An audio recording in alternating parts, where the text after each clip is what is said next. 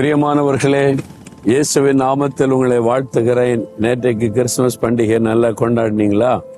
நிறைய பேருக்குள்ள பண்டிகையின் சந்தோஷம் ஒரே நாளோட முடிஞ்சிடும். அதெல்லாம் உண்மையான சந்தோஷம். உண்மையா இயேசு கிறிஸ்து கொடுக்கிற சந்தோஷம் என்பது தினந்தோறும் ஒரு பண்டிகையின் சந்தோஷம் இருக்கும். அதனால எனக்கு கிறிஸ்துமஸ் பண்டிகை டிசம்பர் 25 வித்தியாசமே தெரியாது. எல்லா நாளும் பண்டிகையின் சந்தோஷம்தான். இயேசு நம்ம கூட இருந்தா அந்த சந்தோஷம் இருக்கும். இல்லாட்டா வருஷத்துல ஒன்று அந்த பண்டிகை கொண்டாடிட்டு அதன் பிறகு சோகத்துல மூழ்கி போயிடுவாங்க. அப்படி நீங்க இருக்க கூடாது. இயேசு உங்களுடைய உள்ளத்துல பிறந்துட்டா தினந்தோறும் அந்த சந்தோஷம்தான்.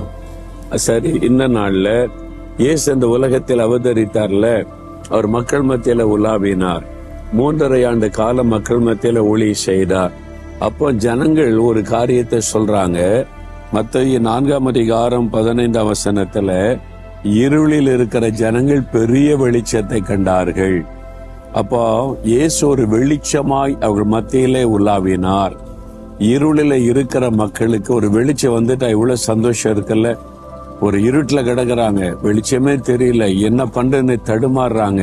அப்போ ஒரு வெளிச்சம் வந்துட்டா ஒரு பெரிய மகிழ்ச்சி வந்துடும், வழி பறந்துரும். ஓகே, அதே மாதிரிதான் இயேசு இந்த உலகத்துல வர்றதுக்கு முன்னால மக்களுக்குள்ள இருள், பாவ இருள், சாப இருள், பிசாசாகிய இருள், வியாதியாகிய இருள் தடுமாறி கொண்டிருந்தாங்க. ஒரு நிம்மதி இல்லை, சமாதானம் இல்லை.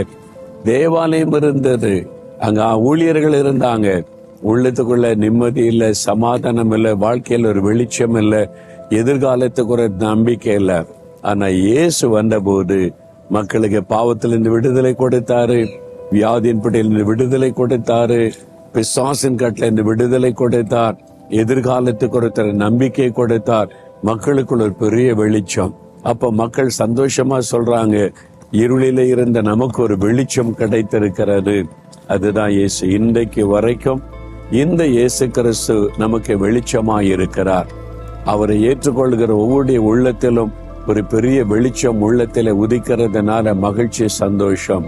அவர் எங்கெல்லாம் அறிவிக்கப்படுகிறாரோ மக்கள் மத்தியில ஒரு வெளிச்சம், அவருடைய வாழ்க்கையை வித்தியாசமாய் மாறுகிறதை பார்க்க முடியும்.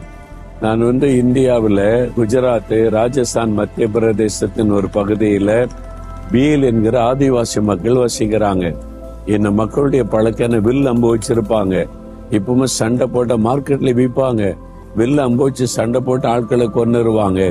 ஒரு குறிப்பிட்ட சாலையில எல்லாம்